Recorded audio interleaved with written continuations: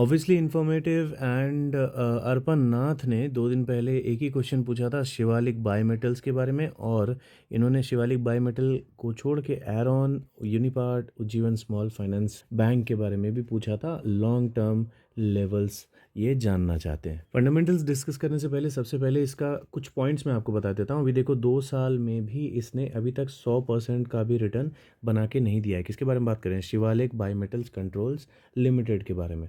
Okay, तो ये चीज़ याद रखना कि 100% भी रिटर्न इसने 2 साल में नहीं दिया है। लेकिन फिर भी अगर आप इसका नेट सेल्स देखोगे ना, तो कंसिस्टेंसी में आपको ये बढ़ता हुआ दिखेगा। और सिर्फ सेल्स नहीं, आप नेट प्रॉफिट भी इसका बढ़ता हुआ ही देखोगे। चलिए अब बात करते हैं इसके फंडामेंटल्स के बारे में। तो मार्केट कैप इसका 3,200 करोड़ का है। स्टॉक का पीई जो है अपने इंडस्ट्री पीई से ज़्यादा है। ठीक है, आरओसी आरओई बहुत अच्छे हैं। Debt free kind of company आप बोल सकते हैं। और प्रोमोटर्स की होल्डिंग जो है 50% से ज़्यादा है। इसमें से गिरवी इन्होंने कुछ नहीं रखा। फिनेंशियल्स अच्छे हैं।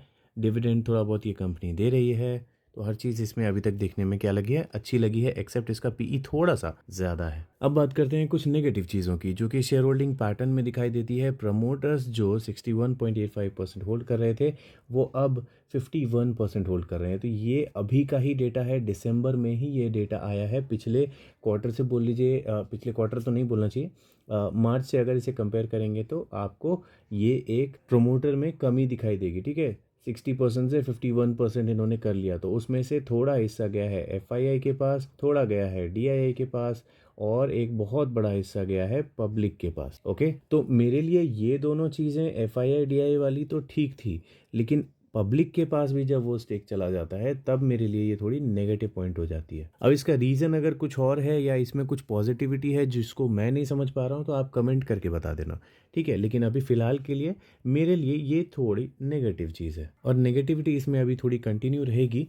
अभी आपने जो चार्ट देखा होगा एनएससी वाला आपके ब्रोकर के ऐप पे, वो आपको यहाँ से यहाँ तक बढ़ता हुआ दिख रहा होगा। जैसे यहाँ से शुरू हुआ और यहाँ से ऊपर तक गया। लेकिन इसके पहले की कहानी, ये जो कहानी है एक ही जोन की, ये आपको बीएससी वाले जो चार्ट देखोगे ना, तो आपको ये दिखाई देगा। ठीक है, तो आप वो चार्ट एक बार देखना, उसके बाद भी अट्रैक्टिव लगता है तो आप इसे आगे कंसिडर कर सकते हो। चलिए अब मान लीजिए कि इसके फाइनेंशियल्स अच्छे हैं, प्रॉफिट एंड लॉस जो है वो अभी के टाइम पे अच्छा शो हो रहा है, तो इसको हम लोग कंसिडर करना चाहते हैं, मान लो।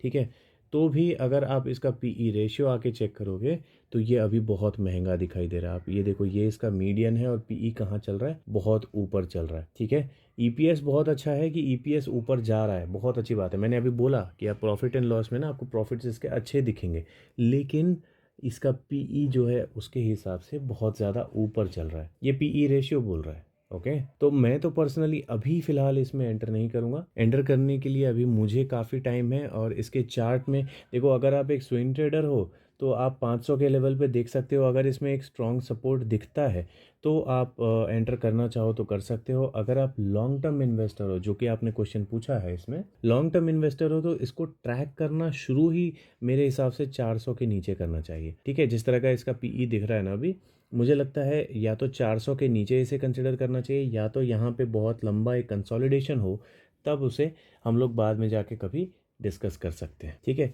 लेकिन इस लेवल पे मैं कंफर्टेबल नहीं हूँ। अगला स्टॉक है एरोन इंडस्ट्री, जिसने 5 साल के अंदर में 1300% का ग्रोथ दिया है आपके इन्वेस्टमेंट को। इस कंपनी के सेल्स देखोगे तो मज़ा आ जाएगा, और प्रॉफिट आफ्टर टैक्स देखोगे तो इन्वेस्टमेंट करे बिना रह नहीं पाओगे। अब ये कंपनी डिमांड में क्यों है इतनी ज़्यादा? देखिए कितना छोटा इसका मार्केट कैप है, राइट? 300 करोड़ की भी ये कंपनी नहीं है, लेकिन ये काम क्या करती है? एलिवेटर्स के पार्ट्स, स्टेनलेस स्टील्स वगैरह ये बनाती है। मतलब काम इसका रेगुलर वाला है। ठीक है, अभी ग्रोथ जो चल रही है इतनी ज़्यादा रियल एस्टेट में, उसमें ये एलिवेटर वाली कंपनीज भी बहुत पैसा बनाने वाली है, राइट? ये बात तो कॉमन सेंस है। तो उसकी वजह से, और इसके जो प्रॉफिट एंड सेल्स वगैरह दिखाई दे रहा है, उसकी वजह से लोगों का इंटरेस्ट इसमें बना हुआ है। ओके, और उसी की वजह से इसके प्रमोटर्स भी इसमें बहुत ज़्यादा स्ट्रांग है। देख सकते हैं 73.1% का स्टेक लेके बैठे हुए हैं, और इतने छोटे मार्केट कैप के बावजूद इसमें डिविडेंड भी ठीक ठाक मिल रहा है। आर ओ ई देखेंगे बहुत अच्छा है। स्टॉक का पीई जो है अपनी इंडस्ट्री पीई से अभी फिलहाल ज़्यादा चल रहा है, तो ऑब्वियस सी बात है डिमांड में है तो ज़्यादा चल रहा है ना। यहाँ पे चार्ट में अगर मैक्सिमम टाइम का आप चार्ट देखोगे तो बिल्कुल मज़ा आ जाएगा। अगर किसी ने इसको पहले लिया है तो उसको अभी बहुत बहुत बहुत सुकून वाला प्रॉफिट मिल रहा है। कभी भी उसने फॉल देखा ही नहीं है इस स्टॉक में, ठीक है। और अगर आप इसका पीई रेशियो देखोगे तो अपने मीडियन से बहुत ज़्यादा ऊपर इसका पीई नहीं चल रहा। ओके, ईपीएस आपको हमेशा बढ़ता हुआ ही दिखेगा और पीई जो है अभी भी बहुत ज़्यादा ऊपर नहीं है। ये थोड़ा नीचे, जैसे इस पोजीशन पे अगर ये मिल जाए इस पोजीशन पे तो ये कंफर्टेबल हो जाएगा इन्वेस्टमेंट के लिए, लेकिन अभी भी ये बहुत ज़्यादा ऊपर नहीं है। तो इसमें इन्वेस्टमेंट कौन से लेवल पे करना चाहिए? देखो, ये जैसा स्टॉक है ना और जिस तरह की इसकी हिस्ट्री हमको दिखाई दे रही है, इसमें इन्वेस्टमेंट के लेवल्स ढूंढने के लिए अगर आप मेरे मंथली एसआईपी लेवल पे डिपेंडेंट हो जाते हो तो आगे कई सालों तक हो सकता है आपको ये ना मिले। क्यों मैं ऐसा बोल रहा हूँ? क्योंकि इसमें जो लास्ट टाइम जो इन्वेस्टमेंट का लेवल बना था ना वो अप्रैल में बना था, वो भी 2021 अप्रैल में, ठीक है। तो बहुत पहले की बात है। अब यहाँ पे अगर किसी ने मिस कर दिया है तो अगर मेरे मंथली एसआईपी लेवल का वो वेट करेगा तो इस स्पेसिफिक स्टॉक में वो इतने टाइम तक इस प्रॉफिट को मिस कर देगा, ठीक है। तो इसलिए मैं बोल रहा हूँ कि इसमें अगर कभी भी आपको अपने से ही ऐसा लगता है कि बहुत ज़्यादा फॉल आ गया है, अननेसेसरी, बहुत मतलब पैनिक करने वाली रीज़न नहीं है और नॉर्मल कुछ रिजल्ट्स थोड़े बहुत एक्सपेक्टेशन से कम आए हैं, उसकी वजह से अगर ये गिरता है तो ये स्टॉक मिस करने लायक नहीं है। जैसे इसकी हिस्ट्री रही है मैं उसके ऊपर बोल रहा हूँ। ऐसा नहीं है कि मतलब बिल्कुल ही ब्रह्मास्त्र वाला स्टॉक है और ऊपर ही जाता रहेगा कंफर्म बिल्कुल 100%, ऐसा कुछ नहीं है। किसी भी स्टॉक में ऐसा नहीं है, लेकिन हम लोग हिस्ट्री बेस पे ही चलते हैं, राइट। तो हिस्ट्री बेस पे अगर आप देखोगे तो इसमें कभी भी थोड़ा बहुत भी फॉल आता है तो इसमें इन्वेस्टमेंट किया जा सकता है। अब बात है कि मैं कहाँ पे एंटर करूँगा।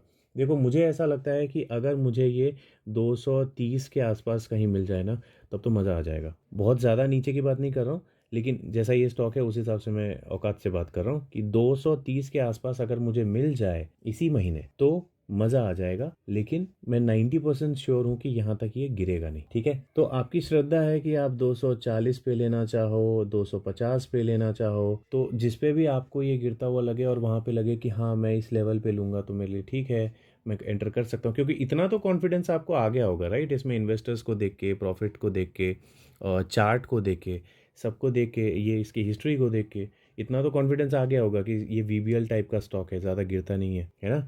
तो उस तरह की सोच रख के थोड़ा हिम्मत करके अगर एंटर करना चाहो तो 50 पे, 240 पे, 230 पे, कहीं पे भी एंटर कर सकते हो। वो आपकी चॉइस है ना, आपकी हिम्मत की बात है। बस फोमो मत करने लग जाना। यहाँ से अगर 300 क्रॉस कर जाए बिल्कुल, फिर टॉप पे जाके एंटर कर ले रहे हो, फिर नीचे गिर जाए तो फिर पैनिक कर जाओ कि आपने बोला था। मैंने कुछ बोला नहीं है, ठीक है। मेरा जो डिसीजन रहेगा वो यही रहेगा। इस महीने में अभी फिलहाल इसको 230-40 के आसपास में टारगेट करूंगा। नहीं मिलता है आगे तो मेरे टारगेट ऑब्वियसली ऊपर चले जाएंगे। तो जैसा होगा मैं आगे आने वाले वीडियोस में आपको डिस्कस कर दूंगा, उसके हिसाब से आप चल सकते हो। बस आपकी नॉलेज के लिए बता रहा हूँ कि मेरे पास इसका 235-240 के आसपास जीटीटी ऊपर नीचे मैं करता रहता हूँ इसको।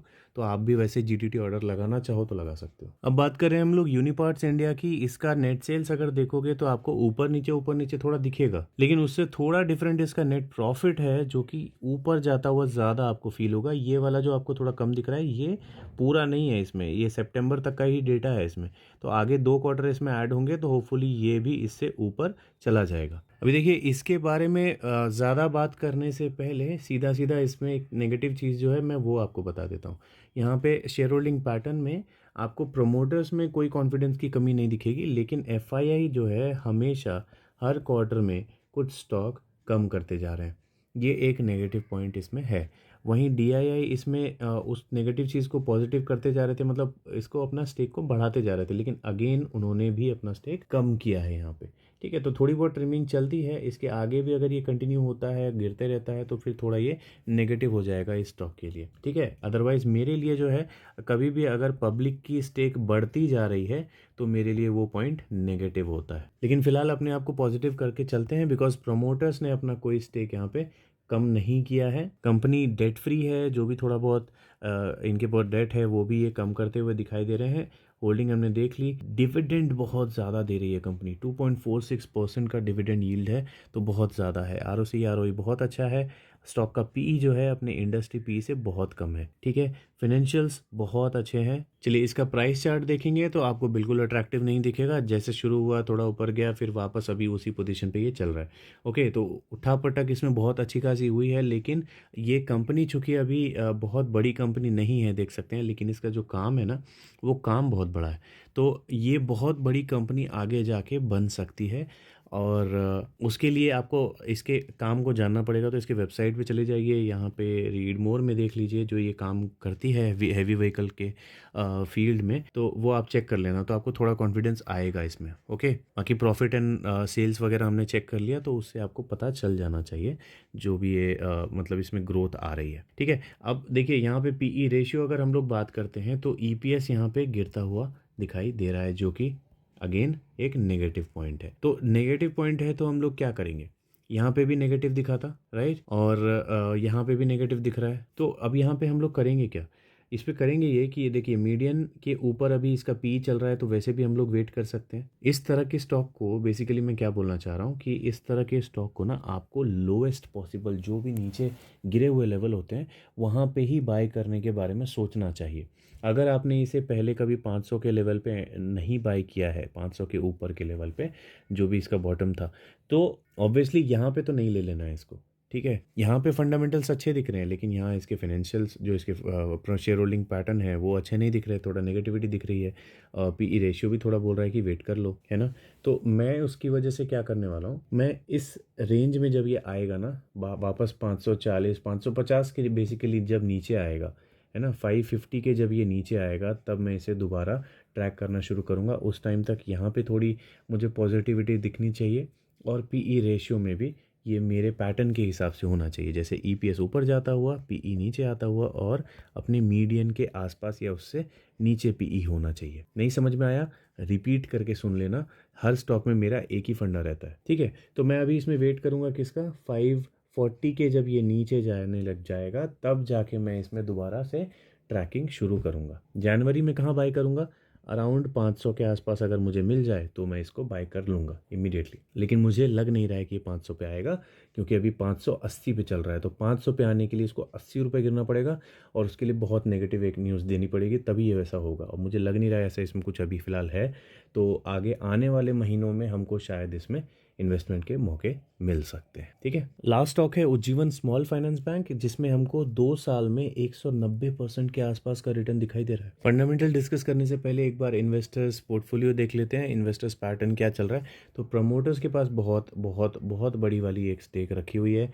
एफआईआई ने यहाँ पे स्टेक अपना बढ़ाया है, और डीआईआई ने अपना स्टेक देख सकते हैं बहुत कम किया है, लगभग आधा कर लिया अपना स्टेक, और उसका एक मेजर पार्ट गया है किसके पास, पब्लिक के पास एंड एफआईआई के पास। इन दोनों के पास इसका 2-2% के आसपास गया है, 2-3% के आसपास, है ना। तो अब इसको नेगेटिव बोलेंगे या पॉजिटिव बोलेंगे आप कमेंट में लिख के बताना। बाकी चलते हैं इसमें फंडामेंटल चेक करते हैं। तो यहाँ पे ये 11,500, ठीक है, बैंक है तो ऑब्वियसली मार्केट कैप से क्या लेना देना।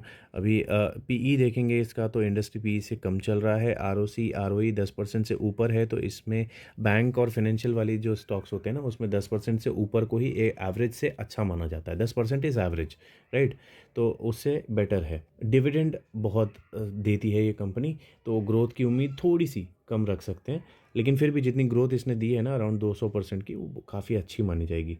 और प्योटर्स की स्कोर देखेंगे तो एवरेज से बेटर है। डेट टू इक्विटी रेशियो हम लोग फाइनेंस या बैंक वाली कंपनी में देखते नहीं है, क्योंकि ये ज़्यादा ही रहता है इसमें, क्योंकि लोन वगैरह देते हैं तो ये ज़्यादा ही दिखेगा आपको। अब देखिए इसके सीएजीआर में ज़्यादा आपको डेटा मिलेगा नहीं, लेकिन डबल डिजिट और ट्रिपल डिजिट वाला ही सीन चल रहा है। प्रॉफिट ग्रोथ में आपको थोड़ा डेटा मिलेगा जो कि बहुत अच्छा दिखाई दे रहा है, सेल्स ग्रोथ में भी वही सीन चल रहा है। तो वो सब देखने के बाद जब हम लोग इसके पीई रेशियो पे आते हैं तो यहाँ पे ईपीएस बढ़ता हुआ दिखता है, मीडियन यहाँ, और पीई इसके नीचे चल रहा है। तो देखने में ये परफेक्ट लग रहा है, अच्छा लग रहा है देखने में, लेकिन फिर भी मेरा जो लेवल है, मैं अपना पर्सनली बताऊंगा, मेरा जो इसमें लेवल है वो अराउंड 45 के नीचे ही कहीं होगा। मैं एक तो बैंकिंग स्टॉक्स में बहुत ज़्यादा इंटरेस्टेड रहता नहीं हूँ, ठीक है।